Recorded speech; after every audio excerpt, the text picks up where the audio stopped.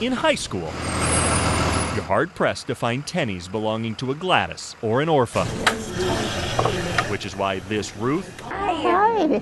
How are you? had a couch waiting for Wade, Anastasia, and Jennifer. What are you tasking today? 3 juniors getting schooled by 1 senior. I taught girls physical education. Madrid's history teacher and the nursing home administrators figured a joint history project might open some eyes. But we didn't have any running water, so you hauled your water all in from outside where you pumped it this way.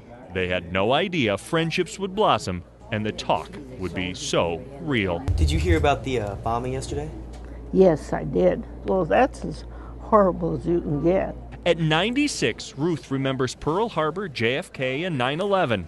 But at 96, she can also appreciate what's changed. You're right there. You see people running and people injured, and you didn't see that at that time. You could imagine, but your imagination wouldn't do it.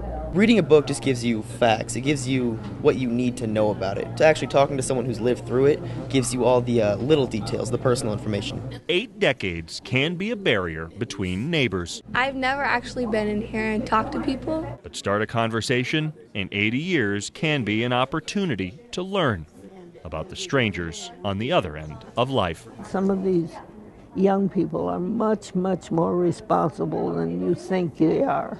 Eric Hansen, KCCI 8 News. Like I told you, I love to talk. Iowa's news leader.